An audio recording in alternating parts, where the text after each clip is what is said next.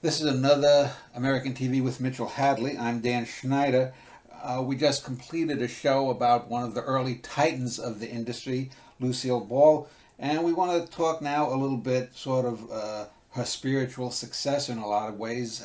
She became probably, in her era, the most well-known and beloved female sitcom star, as well as becoming another star who owned her own production company and studio, and that's Mary Tyler Moore. So before we do, though, if you could give a little background about yourself, Mitch. Yeah, it's good to be with you again, Dan. Thanks. I'm a classic television historian and looking at the relationship between classic television and pop culture and American culture, how they complement each other and how they shape each other. I write about that at the website itsabouttv.com, and I've also written the book The Electronic Mirror, which looks at the mostly at television from the mid 50s on, and how that has the ability to explain who we were and who we are and everything that falls in between. I was just took a brief glance over at my computer screen, and I was thinking that Mary Tyler Moore just died a couple of years ago, but it's been 7 years now since she's been It's dead. incredible. You know, I have a quick story about Mary Tyler Moore's death. As you know, her signature show, the Mary Tyler Moore Show, was filmed in was set in Minneapolis, Minnesota, which is where I'm from. And I lived there a dozen years. And when that show started, we were so excited about it. It put Minneapolis on the map and gave it a perspective of a sort of respect that Minnesotans are, in a sense, very insecure people. We're always trying to prove that we are world class, big time. This show really gave us that feeling. Now, flash ahead to Mary Tyler Moore's death. We've moved away from Minnesota. We were living in Texas, but we were getting ready to move back to Minnesota for a time. And we were in the city. I was finalizing my new job, and we were looking for an apartment to stay in, and the news came that Mary Tyler Moore had died. And to be in Minnesota when that happened was to feel the full impact of it in a way that you didn't feel I think if you were someplace else. You would have felt a certain way about her as a television giant, much loved, much respected. But it was a little different in Minneapolis. You know, we have a statue of her in downtown, of her throwing her hat up in the air, and people were putting flowers around that, and it was on the front page of the papers, lead story in the news.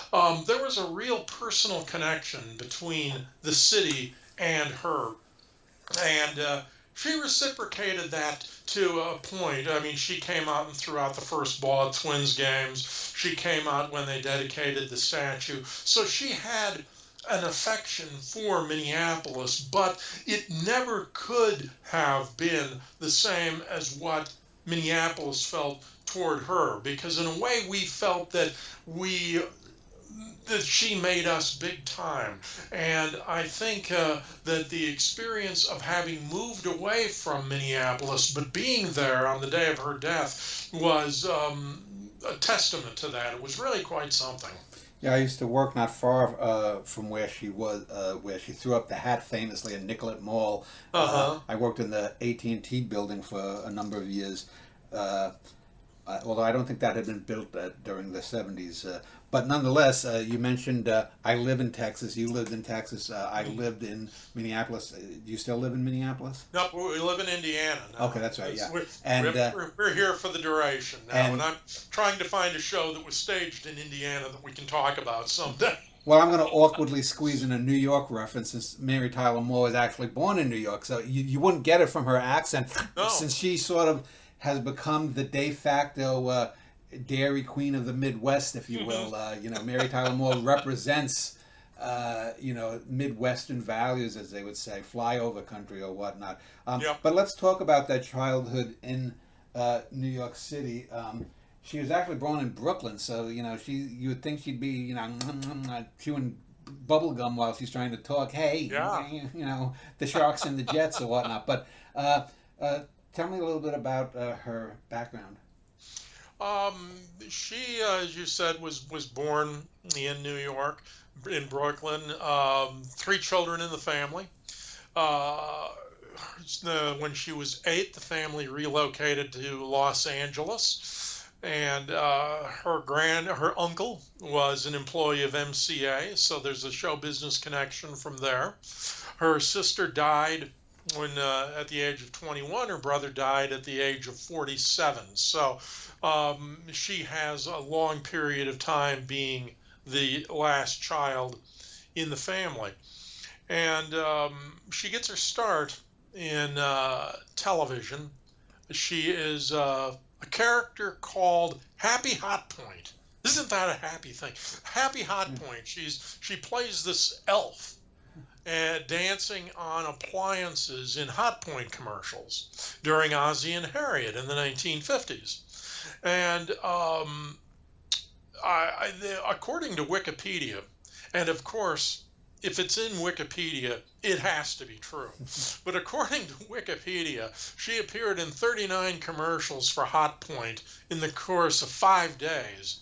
And for that, she was paid $6,000, which we are told would amount to about $74,000 in today's money. So the Hot Point job paid pretty well.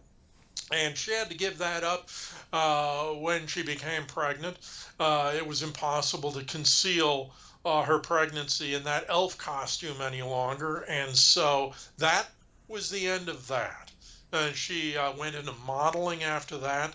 Not as herself, but just anonymously. She was on record albums. She was in different ads. She auditioned for different TV shows and different roles. One of them will play a part in her future career. She auditions for the role of the oldest daughter in Make Room for Daddy. She auditions for Danny Thomas, and he turns her down. Later on, he has a famous line that he said she missed it by a nose because no daughter of his could ever have a nose that small. But he remembers her, and that will come into play later in her career. So, other than that, she also had a role where she only her legs appeared, Yes. and because she had a dance background, she was one of these. I don't know how tall she was, maybe 5'7", 5'8", but she had these long, gorgeous legs. She's in a series called Richard Diamond, Private Detective. And that itself is another one of the shows that's carryover from the radio. It is David Jansen's first big starring role on television.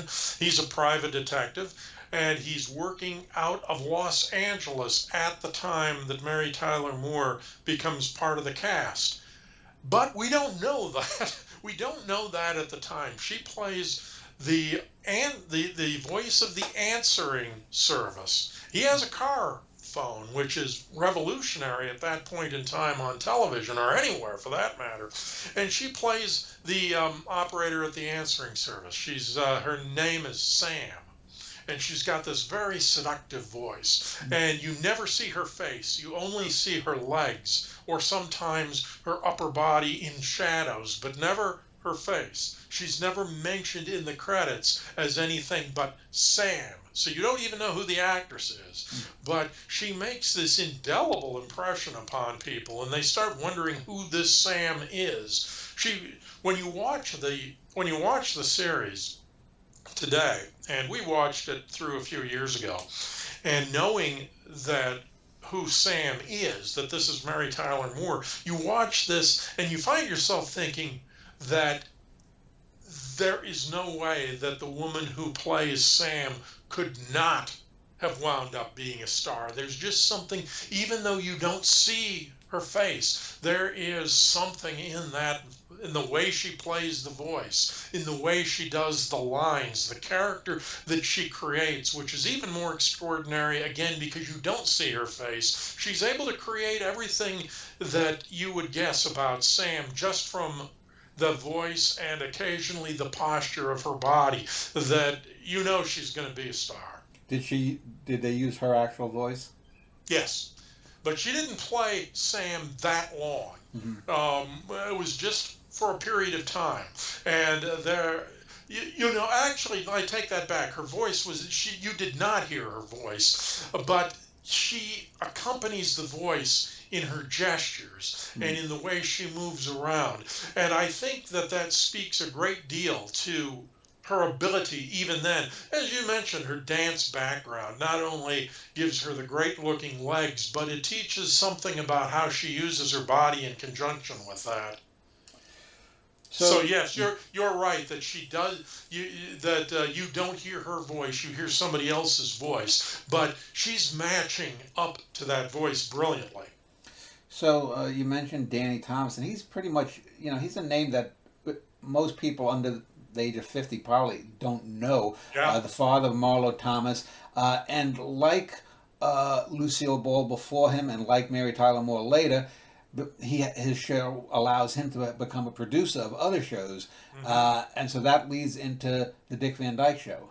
Yes, he's gone into business with Aaron Spelling, and Danny Thomas has spun off the Andy Griffith Show, for example, which was a spin-off from an episode of Make Room for Daddy, or the Danny Thomas Show as it was at that point in time. And he was, at the time, considered one of America's greatest entertainers. You're right that people don't remember him now much at all, or if they do remember him, it's generally as Marlo Thomas's father, as the man who started St. Jude Children's Hospital. But at this point in time, he is a major star, and he is producing the Dick Van Dyke Show. And in the meantime, Mary Tyler Moore has gone on to have parts in several TV series, not as a regular, but guest appearances, especially on a lot of the Warner Brothers series, the detective shows, some other shows as well. Sometimes she's billed as Mary Tyler Moore, sometimes it's just as Mary Moore, but she has had exposure, she has been on television. And when it comes time to cast the role of Laura Petrie, Rob's husband or wife in the Dick Van Dyke Show, Danny Thomas remembers this girl with the three names who'd auditioned for him and his show, and he mentions her to Carl Reiner, and he remembered that he turned her down. Carl Reiner sees her, auditions, she's got the part, rest is history. She makes a huge impact on in the Dick Van Dyke Show, not just as his wife, but her fashion sense, her capri pants, her way of dressing, her way of moving. Again, the dancer's way of carrying herself, and she starts to, I think, create the image of the modern woman. She has a certain bit of carryover from Lucy when we were talking about her, the idea of her getting herself into certain predicaments. I think there's one where she gets her big toe stuck in, and then one where she accidentally lets the television audience know that Carl Reiner's character wears a toupee. So she is got some of those scatterbrained moments, but they're not nearly as frequent as the moments are with Lucy. And in the process, she's beginning to create this image as the modern American woman. And I think that that's what will power her career as she goes into the next phase. But she wins Emmys for the Dick Van Dyke Show, and it's become almost impossible to think of the show without thinking of her. Yeah, she later on when a show like Mad Men comes on, she's sort of the demographic of what you would look like in the early 1960s. other sitcom female stars like Lucille Ball, yeah, she was attractive back during her MGM days or whatever with the photos, and other women. Doris Day is attractive, but Laura Petrie, her character, is the first one that we might be able to apply a modern term like hot to. You know, she was Yes. hot. She wasn't just attractive; she was hot, Oh yeah, there's and a the young smoldering nature and to young boys were big fans of Mary Tyler Moore growing up. and she and Dick Van Dyke in particular have that chemistry that we're always talking about. They played so well off of each other that it was entirely believable that they were married.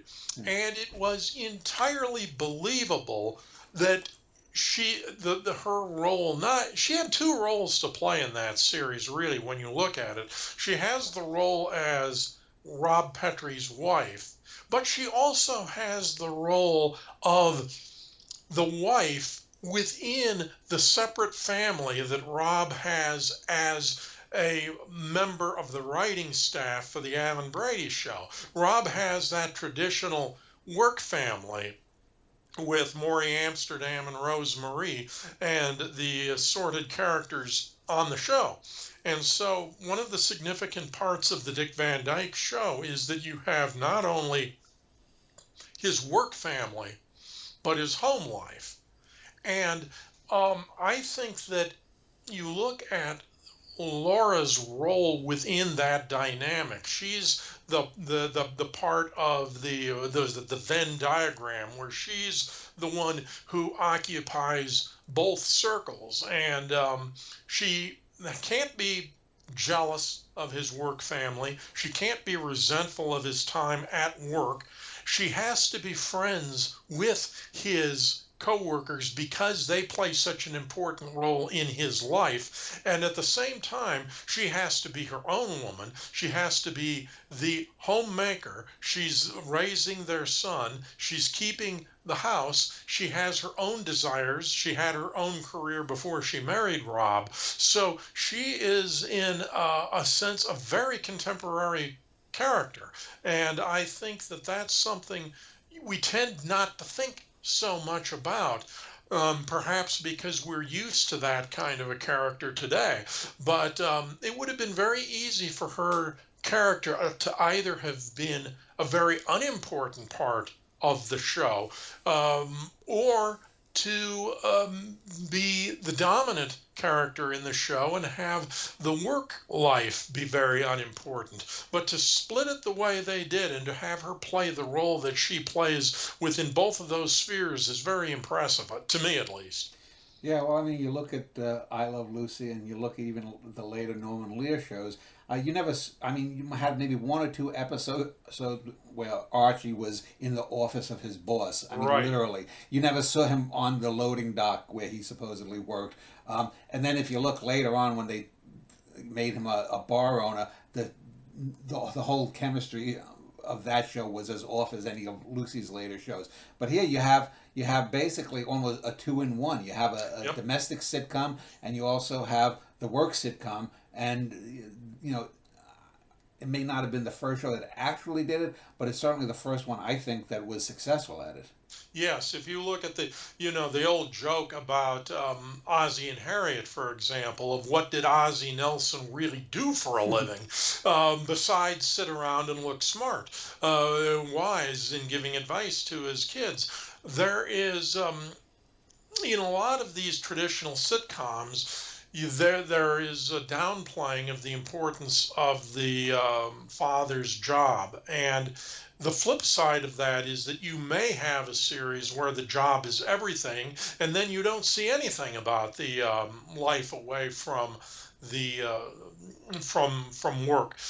Just to touch on one show, The Untouchables, which we talked about in the Lucy show, we do know from one of the very early episodes of The Untouchables that Elliot Ness is married. He has a family. We never see them. Yeah. We never see anything about his home life. So this two-in-one idea that you mentioned is a very strong signature of Dick Van Dyke, and it's a very pivotal role for Laura Petrie to have to play. You have to get it exactly right, I think, or you wind up either being a wet blanket or a scold. Now, her relationship with Van Dyke, what was that like? And I bring this up because later on, decades later, it was revealed that she had a drinking problem from very early Hmm. on. Did she ever have any issues with work performance on the Van Dyke show? None that I'm aware of. I know that she and Van Dyke had a very close personal friendship, relationship. They never had a relationship as we come to understand it today. And that was because they both had the utmost respect for each other and for the status that each of them that they were both married to other people at the time. They could easily have had a relationship, and the fact that they didn't says a lot for them. But the her relationship with him was and remained very close throughout her life. Now, this was also a show that didn't run that long. The 1960s, it seems, didn't have a lot of long-running situation comedies, with maybe the exception of the Beverly Hillbillies. Yeah. Um, a lot of them just went 2, 3 seasons. You know, a lot of the high-concept shows, and this only went what, 5 seasons, right? Yeah, 5 seasons exactly. And I think that there was a feeling on the part of the production people, Carl Reiner, Dick Van Dyke, the people involved in the show. There was a sense that they wanted to go out while the show was still good, still sharp and fresh, and before you started repeating storylines. If the show had gone 6, 7 years, CBS might have appreciated that, but I think that there was a concern that the quality of the show would have diminished, the freshness of the show would have. Plus, it would have been in color by that time. It was in Mm. black and white for its entire run, and there would have been a change in the show if it had gone to color. Um, and we can see from a lot of shows that ran both in black and white and in color that there's a marked difference in the quality of the show once it makes the transition to color. I think that those were all things that they were concerned about and that they wanted to make sure the show went out while it was still on top. And it did. So when the Van Dyke show ends after 5 seasons, it's still a few seasons before she would get her own show. Uh, I know there was a special that she did with Dick Van Dyke a year or so Hmm. before she got the other show. But what was she doing? Was she wandering the woods for a few years? Was she on Broadway? Yeah, she was doing some other projects that she was involved in. She did a Broadway play in 1966. It was a disastrous musical version of Breakfast at Tiffany's. That didn't do very well at all. When you look at her credits, most of the credits that come her way, her acting in the movies and in other theater presentations, come after the Mary Tyler Moore Show era.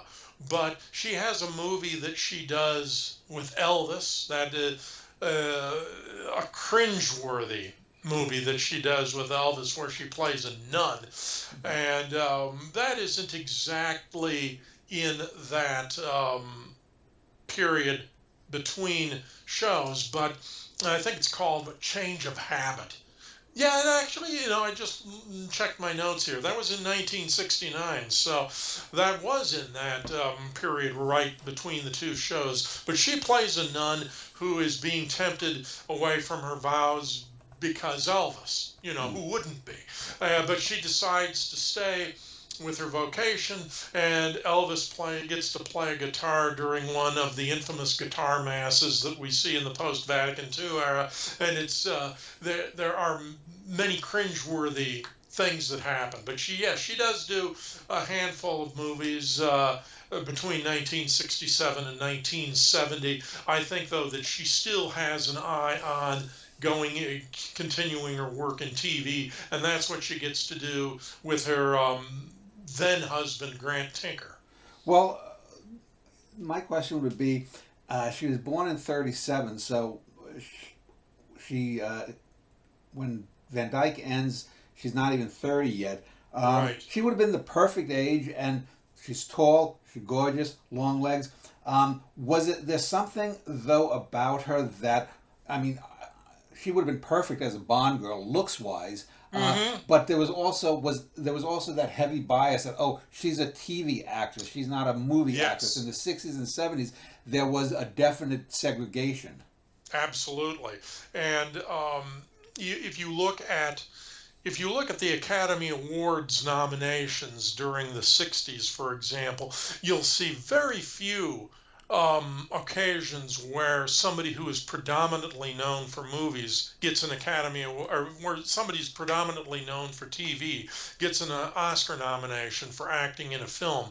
You mostly will see two things. You'll either see the strict separation between television and movies, or you will see someone like Steve McQueen, who is making the transition from TV to movies to become a movie star and pretty much leaves behind the world of television.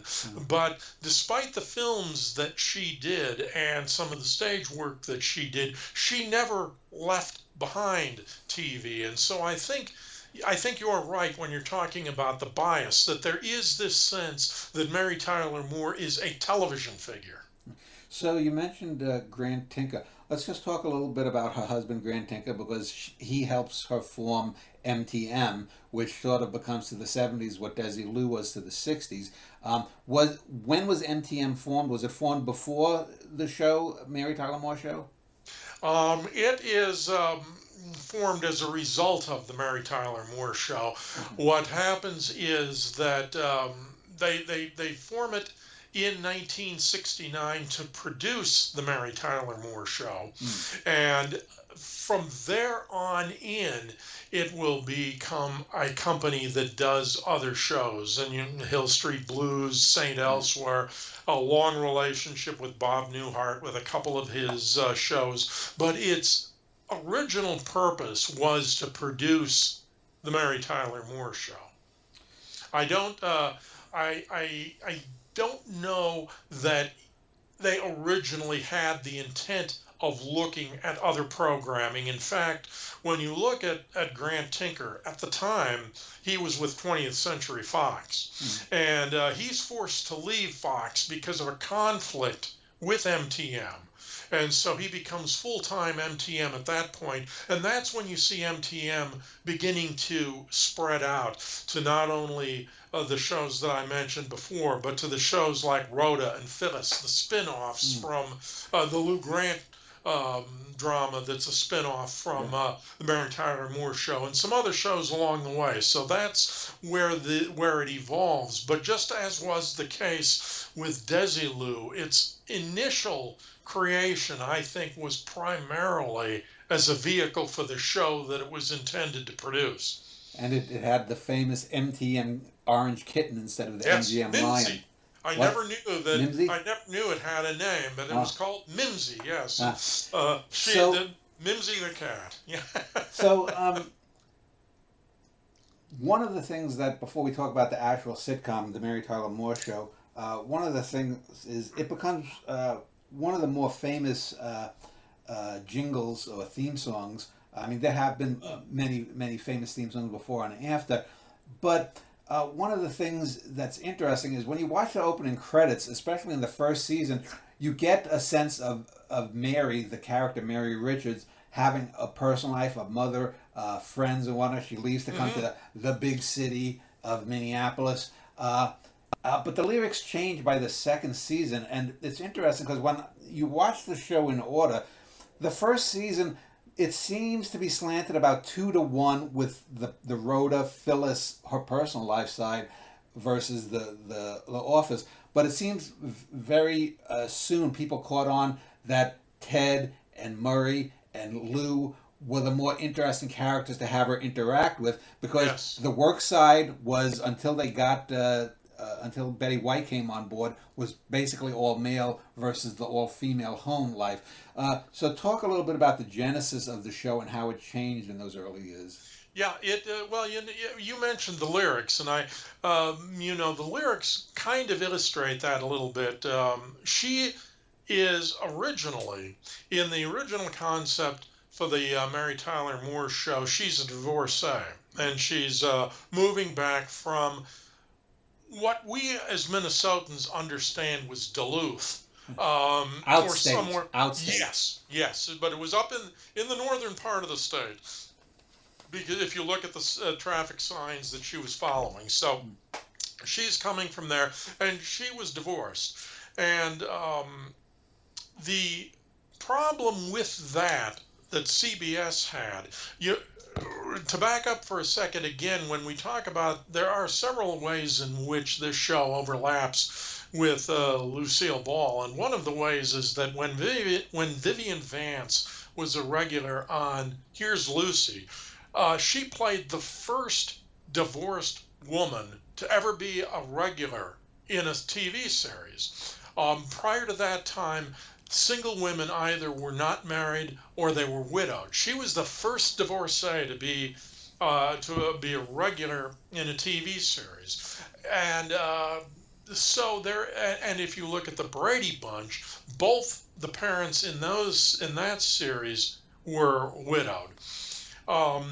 So it would not have been surprising if there had been a bias against having a divorced woman as the lead actress in a series. But from what I understand, the major concern that CBS had was that she was still so closely identified as Laura Petrie that viewers would look at her as having divorced Dick Van Dyke. Yeah. And that was unthinkable. Yeah. Even though it wasn't to Dick Van Dyke's real wife. But the point is that they just did not see that as something that was going to help the show. So they changed her from being a divorcee to being a single woman who had broken up, had a breakup in a relationship, was leaving town, was heading to the big city to start over again. And to that point with the lyrics, you hear this change from "you might just make it after all" to "you're going to make it after all," and the implication being you did make it after all. So that's a part of the evolution of the character, that she is creating her own life and she's finding her own way.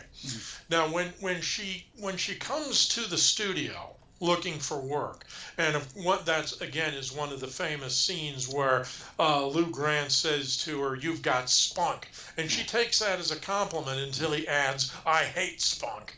But she essentially talked herself into getting a tryout for the job in the with the station, and so she's creating her own breaks. Again, she's a pioneer in that sense, that she's creating a life for herself by herself, without a husband, without a boyfriend to help her into that. As the show progresses, one of the interesting things that I have always found about Mary Tyler Moore, the show, is a critic of the show, not somebody critical of the show, but a critic writing about the show said once that she was one of the first characters in the liberated era of television to suggest, not to say, but simply to suggest by her behavior in the shows, that she could go to bed with a man that she was not in love with. And so she was becoming not just a character of her time, of the sexual revolution et al., but she was becoming a character who is fully developed as an independent woman. She was sort of like Marlo Thomas in That Girl, but she didn't have Ted Bessel. Yeah. She didn't have a regular boyfriend. She created her own breaks at the studio. She created her own friends, her own relationships, and she was the modern woman. But coming back to the lessons we had seen from the Dick Van Dyke show, she was also in this dual function. As you said, she had her home life. She had Phyllis, she had Rhoda. Both of them were spun off into their own series. They were very popular characters. And as they leave, or as they are decreased in importance in the series, we see the work family begin to dominate the show. And you have Murray, Ted, and Lou, plus some other characters that come in and out. Later on, you have, as you said, Betty White is the Happy Homemaker, I think she was called. But you see those characterizations beginning to play the important part in the series as she becomes the head of the work family, as opposed to the home life, and that starts to take kind of a secondary role, but it never really completely goes away. You know that she might like to settle down, she might like to marry, she might like to have a family, but her happiness in life does not depend on it. You get the distinct impression that if she doesn't marry, if she doesn't have a family, she's not going to look at her life as having been a failure. She is moving up. She's winning local awards. She is indispensable to the station. So she is having a very successful career, and she's thriving because of it. Let me move back and speak about Rhoda, because I think you mentioned earlier, you used a phrase like it was believable that Mary could sleep with a guy she didn't love. Yeah. But early on, I think Mary does in the second or third season have a couple of boyfriends who was, it's implied, spent the night with her. But really early on, it's Rhoda who's the sort of the outrageous character, because Rhoda, blatantly, says for 1970, that it's clear that she's desperate, and she'll sleep Yes. with a guy to get a boyfriend. And the fact that she's Jewish too maybe mitigates that in some people's eyes, because she's the other, she's the dark side of Mary in some ways. And the early episodes do revolve around the troika of Mary, Phyllis, and Rhoda. Phyllis being the oldest of the trio, married, and in that classic that way. What was the actress's name? Just Cloris Leachman. Oh, yes. Yeah. Uh-huh. She has that kind of, you don't like this character. She's a Right. busybody, and she's always trying to one up Rhoda to get into Mary's good graces. But you can only do so much of that, and those Hmm. characters did, as you say, become popular. By the same token, you also had to change at the office, where Ted started out as just being obnoxious, and then he became dumber and dumber as the years went Yep. on. So speak about some of those characters and how they change and why. Were there focus groups? Was it just you know what precipitated some of those internal changes? Well, I think that Ted Knight, who had had a long career in television in bit roles, did want to see his character um, become not quite so pompous or such a buffoon. He wanted the character's better side to come out, and that is helpful when what they're able to do is bring in a wife for Ted. That's Georgette, who kind of fulfills the dim blonde type of character, but she also brings out Ted's best side. And you're right, Ted goes from being obnoxious to just being a boob, and then you see him begin to evolve into a more well-rounded character. And I think Ted Knight does have something to do with that. Uh, it's always fun to read about who people think Ted Baxter actually was. And there's a popular belief that he was based on Jerry Dunphy, who was a popular anchorman in Los Angeles at the time. And Dunphy himself was offended by the idea that this was him. And I think that one way they got around it was to show him, it was kind of like showing him a few episodes of the series and saying, now, let's face it, Jerry, you couldn't possibly be this stupid. So I think it couldn't be based on you because you couldn't possibly be that dumb. And that seemed to mollify him. So there was always some wondering about, well, who was he really like? But you see the evolution with Ted. You see an evolution with Murray, and that's Gavin McLeod, who's kind of the sane one in the group.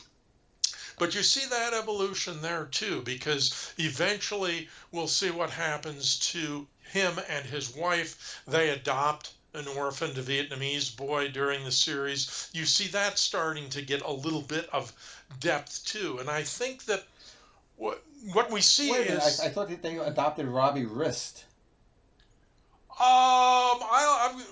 I would have to, let me see. I gotta take Cousin a look. Oliver. Because I remember an episode where Cousin Oliver was in Ted's an Anchorman blazer. All it says here is that Murray and his wife Oh, adopt Murray, an Murray. orphan. I'm sorry, I Yeah, misheard you. I thought you were saying no, talking about Ted. no. I may have misspoken, but Okay. I know what I meant at Yeah. least. Okay. There's a story I could tell about that too, but Yeah. I won't.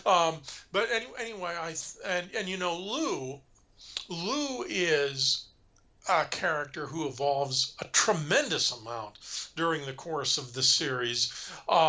He's the stereotypical boss, but you begin to see his kind-hearted nature come through too as the series evolved. You start to understand why he got the job that he got, and it um, it's very interesting. We've talked about this before about how Lou Grant is one of the few characters to be spun off from a comedy into a dramatic series, even though it didn't start out to be a drama, but it became a very much of a current events based drama, the Lou Grant Show. But I think that Ed Asner himself had talked about with Lou that there was a necessity to show why he's gotten to where he's gotten in the business, whether it's TV or later on in the newspaper, that they had to show that he had, in addition to being the gruff boss that we always like to think of in any kind of news-based program, that he also had the smarts, the acumen, the business know-how, the eye for talent and the eye for news. So as as the characters in the office begin to become more prevalent in the series, as they start to attain a more important role in the show, they begin to become more well-rounded characters. I think it's essential for the show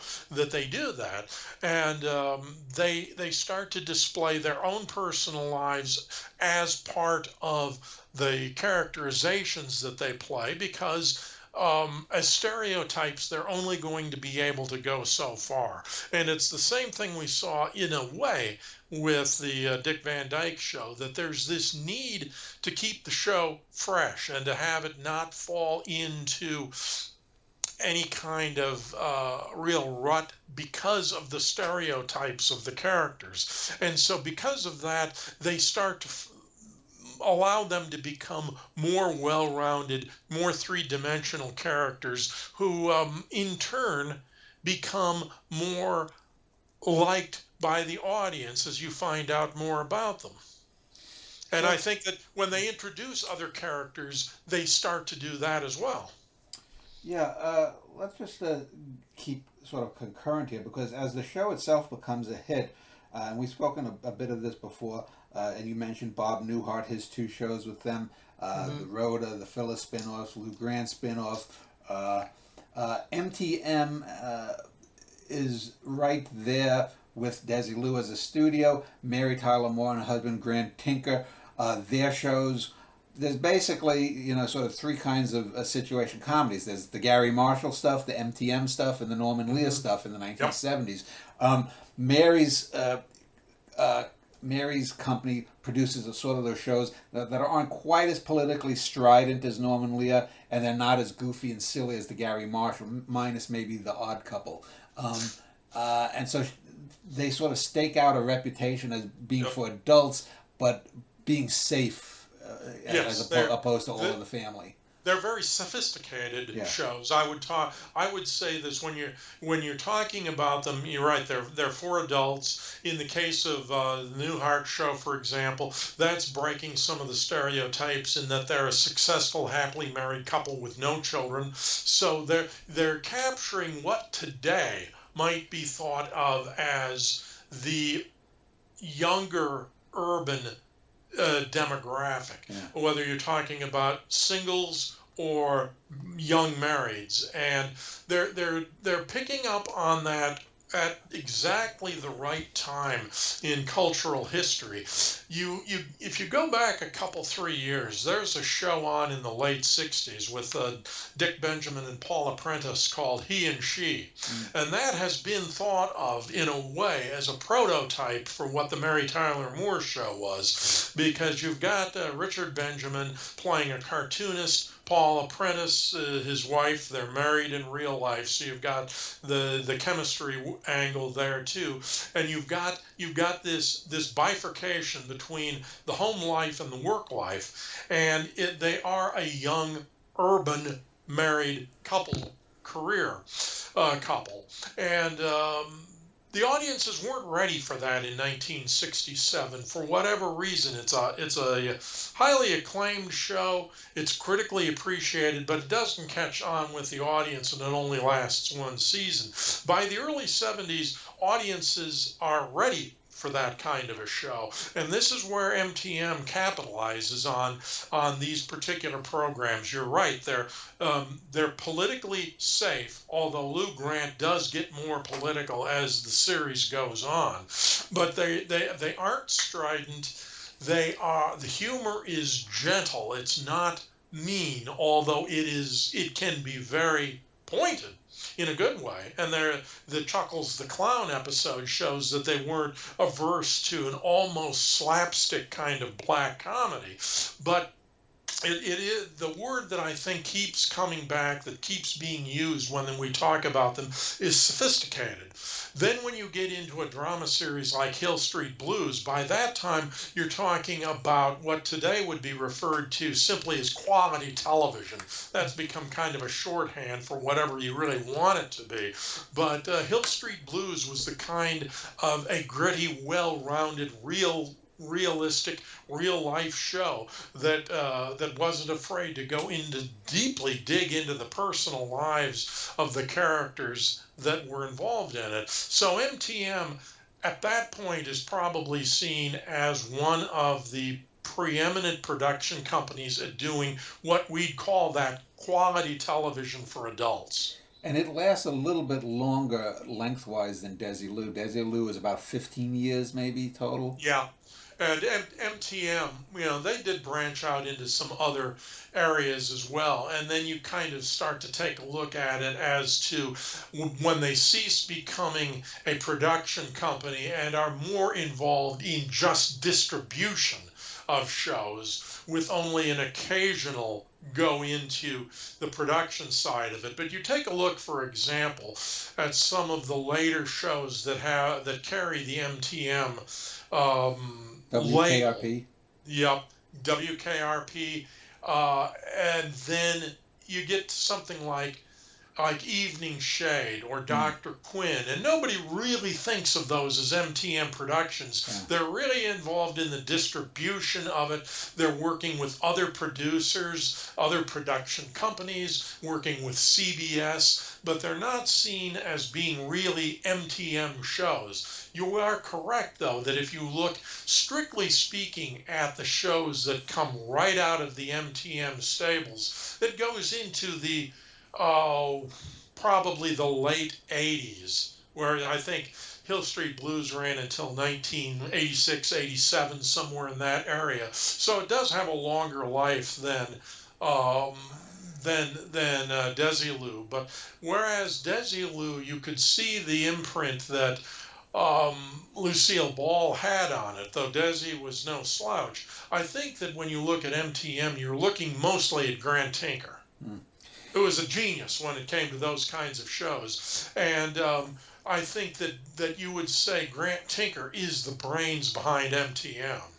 So both of us in earlier shows had mentioned a preference for Bob Newhart's show in the 70s over Yes. MTM. Even though they're both great shows, I think there's a famous thing where we just talked about Robbie Rist and Murray and Ted getting children, and how they wrote a show for Bob and Emily to get a kid, and Bob said, "It's a great script. Who are you going to get to play Bob?" Yeah, And, exactly. and but what was the relationship? Do we know anything about the relationship between Newhart and Mary and Grant? You know, what they good working relationship? I think that there was. I don't know myself anything about it except for the fact that I think they traveled in the same social circles. I would suspect they had a good relationship. There may be somebody watching this thinking, "Well, you dunce, everybody knows this, whatever it is." But I'm not aware of that, except that Newhart, both of his most successful shows came out of the MTM stable. I would suspect that that would not be the case if there wasn't a good working relationship there, and I would be surprised if they didn't have a good personal relationship as well. So, the last episode ends, and there are a number of famous episodes, the Chuckles the Clown Dies episodes, where Mary, Hmm. finally explodes with both laughter and tears over him getting crushed because he's dressed as a peanut or something.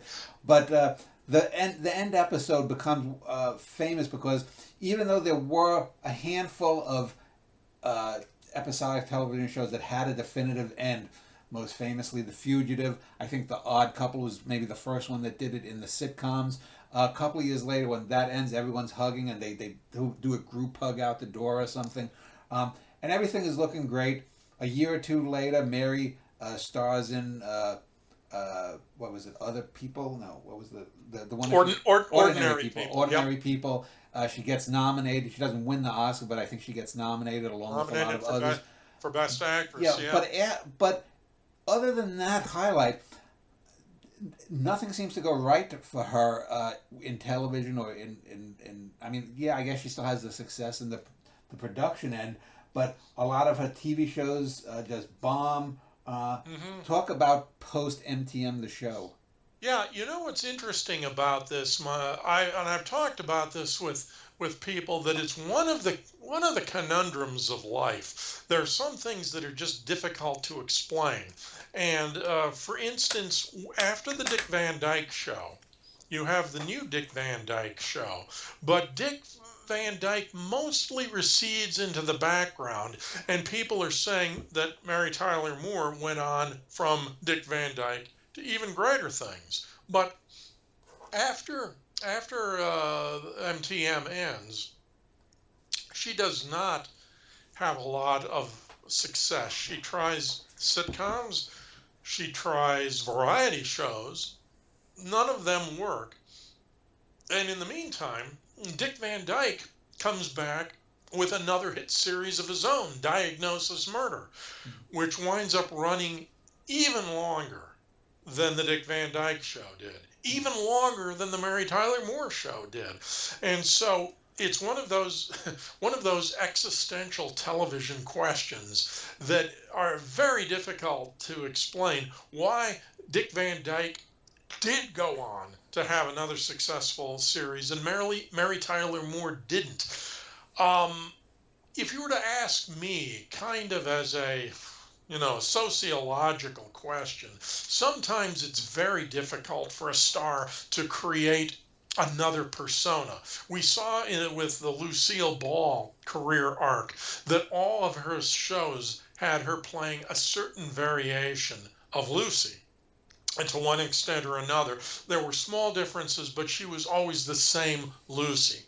And I don't know if that was transferable to the kind of Mary Tyler Moore character, where her real strength is in breaking the mold, which she does so well in the Mary Tyler Moore Show. But by the time these other opportunities come, the mold has already been broken. You don't need to break it again. She does a variety show at a time when variety shows are dead. She tries a sitcom that is a hybrid. It's a sitcom about somebody with a variety show. I think that's just called the Mary Tyler Moore Hour. If I'm getting my Mary Tyler Moore shows straight, it's a sitcom about a variety show in which the variety show itself becomes part of the sitcom. So it's a little like what would be the Larry Sanders Show with Gary Shandling, where the show becomes part of the show. And that doesn't work. It's a troubled production for many reasons. Mary Tyler Moore herself, as you alluded to earlier, she's struggling with alcoholism, which she's eventually able to overcome. Um, she goes to the Betty Ford clinic finally in the mid 80s, and she's able to break that. She quits her smoking habit, although that I think has got to have played a part in her eventual death. It doesn't help. A 3-pack a day habit does not augur well for your health eventually. So I don't know how much of that may have had something to do with it, but she did more than catch lightning in a bottle. She was absolutely the right star in the right place at the right time to score the kind of success she had. She was in 2 enormously popular shows, which very few people can say. And to expect her to have gone on to even more success after that might be unrealistic to expect anybody to do that. If those were the only credits she had, and if she had then gone on to a successful film career, as she could have after Ordinary People, I think that we might be looking at something different. But like so many stars, Carol Burnett was never able to really make an impact outside of the Carol Burnett show. Mm. She too has success as a dramatic actress. I think it was Friendly Fire. Yeah. Was it? But perhaps if Mary had committed herself to becoming a dramatic actress, she might have. She certainly had the guts to do it, because Ordinary People was an extremely unlikable character she played in that. And so she had the courage to break out of what people saw her as. Maybe that wasn't commercially viable. I don't know, but Well, I think it's an interesting because it is. she was constantly trying to, like you mentioned, you try to do a variety show when variety shows were on the wane or dead, and she's constantly trying to reinvent herself. Whereas Lucy did the exact opposite. She stayed safe. In a sense, Mary Tyler Moore is constantly trying to do something new, stay current or whatnot. And both of them have great success. The 2 hit shows versus 3 hit shows for Lucy, and yet both of them, in the end, towards the ends of their lives, go through these fallow periods. So it's very, do you do the Lucy method? Do you do it the Mary method? Doesn't matter. Yeah, and of course, Mary was having some, aside from her own problems with alcoholism, her son died from an accidental gunshot wound. So she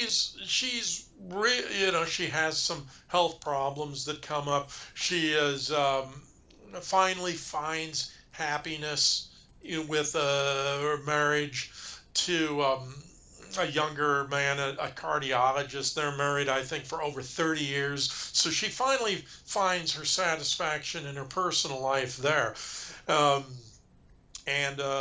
So it's difficult to say how she viewed her life at the end like that. If she looked back and like Lucy did, being crushed by her failure at the end, or if she looked at it and said, well, I had a 2-hit TV series, I've got a shelf load of Emmys, I've got an Academy Award nomination, my production company did really well, I tried some other things and they didn't work out, but I had a pretty damn good career.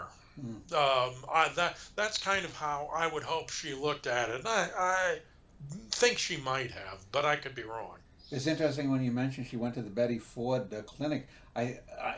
popped in my mind. Betty Ford actually appeared on the show for like a cameo at the end of one episode. I forget what it was about, but that's an odd little synchronicity.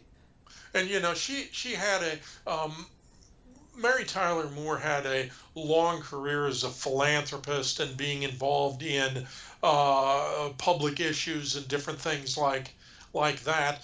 And so she led an active life outside of the entertainment business. She was able to create a life for herself there. And you could spend a lot of time, we won't here, but you could actually spend a lot of time talking about her own activist life, because she had been identified as a liberal for most of her life, and yet she became more conservative as she became older, and she was a big fan of Bill O'Reilly and Fox News.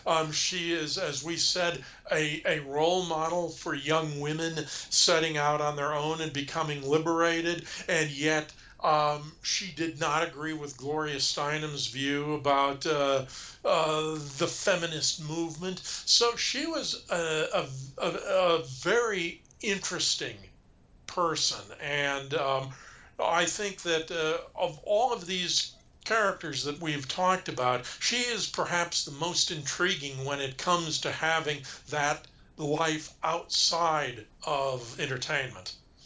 I know that we mentioned earlier the hat toss from the end of the show and how it became a statue in Minneapolis.